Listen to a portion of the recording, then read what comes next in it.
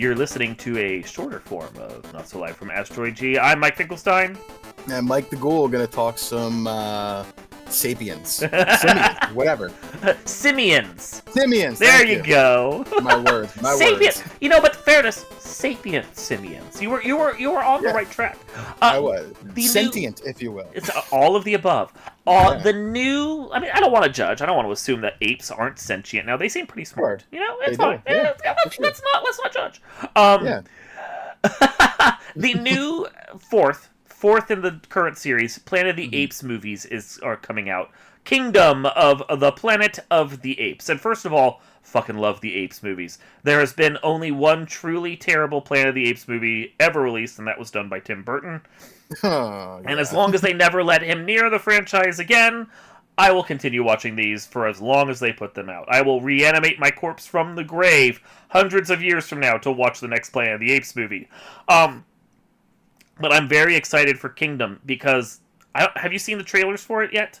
I have. It looks very exciting. And we talked a little bit about this. Like, I love Andy Serkis. And I love everything he does as a motion capture actor. I think he's the generational in what we see him do. And he doesn't get all the credit I feel like he does deserve. And I'm hyped for this. Yeah, the first three movies with him acting as Caesar are brilliant. And the fact that they're finding a way to continue it, like... Hundreds of years later, after ape civilization has taken over, yes, please, I want the story. And I think from the third trailer they put out, and this is trailer, I'm not sharing spoilers. If you didn't want to talk about this kind of shit, you guys shouldn't have shown up to listen to the podcast. I mean, that's on you.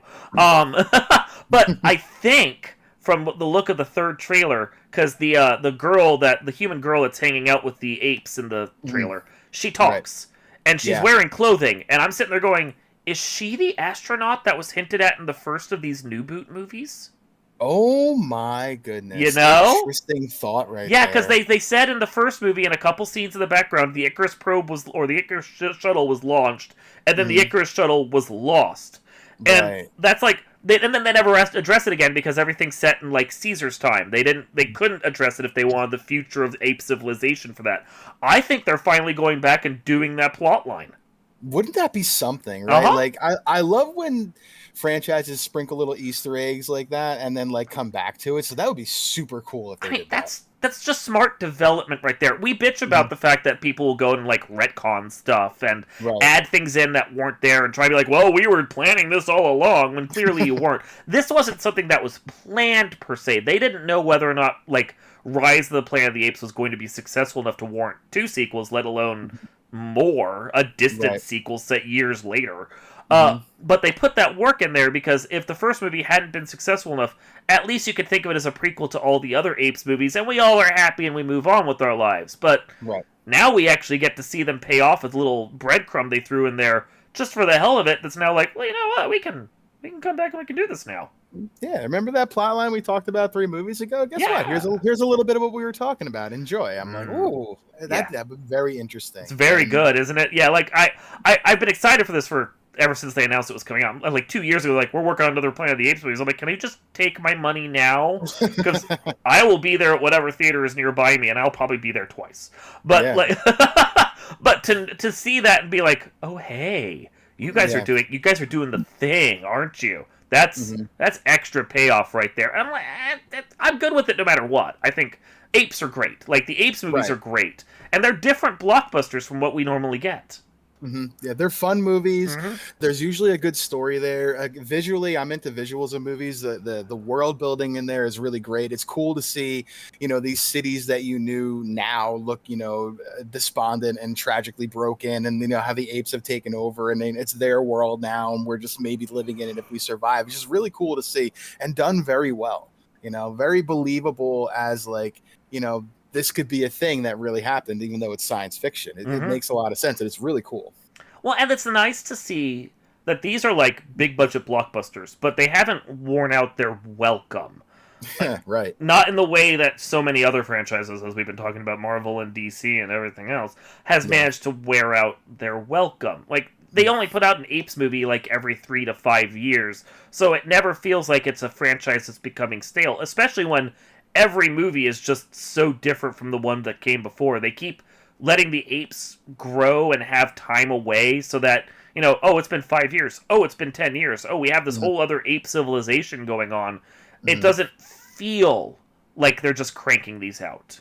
It's there's a lot of time that has passed to your point, but 2011 was Rise, and it's now 13 years later. This is only the fourth movie. Yeah. I mean, Marvel can take a cue of how to play things out and kind of give you little drips over a period of time to really make you enjoy the product. So it's really cool to see this franchise that kind of rebooted after that 10-year destruction that was 2001, the strangest ending that I still don't understand. It was just really weird. To come back with Rise and do so well, and then Dawn was really good, and then War had its own place. They seem to keep getting better and better, or at the very least holding their own as very consistently good movies. They have, and the Tim Burton movie is complete trash. Yeah, that's a bad one. I remember watching it for the first time, and I'm into Mark Wahlberg as at the time being like a pretty strong actor, and he still has his moments here or there. But that movie was it was a strange ending, with Crash Landing, and like that's not the Apes civilization. It didn't feel like Tim Burton really cared. It feels like the people in charge of the movies now care. Yeah. So Tim Burton's a weird dude, and he does some really cool stuff. Nightmare Before Christmas is great, and some other things he's done are really great. The Batman from 1989-88 is good, but he also craps out some really strange movies, and this was definitely one of them. Yeah. No, Planet of the Apes is definitely a low point for him that I haven't forgiven him for, but the franchise itself recovered, and thank you. Yeah, I'm glad the franchise recovered. Yes. Yeah, watch them. They're worth it. They're very good movies. The fourth one's going to be really good too. It's going to hopefully, like Mike said, tie up some story and give you some new stuff. It's going to be exciting. I'm hopeful for it. And then we'll get to talk about it in a longer form on this podcast with, myself and Mike over here, and the two of us can keep talking Planet of the Apes here on Asteroid G.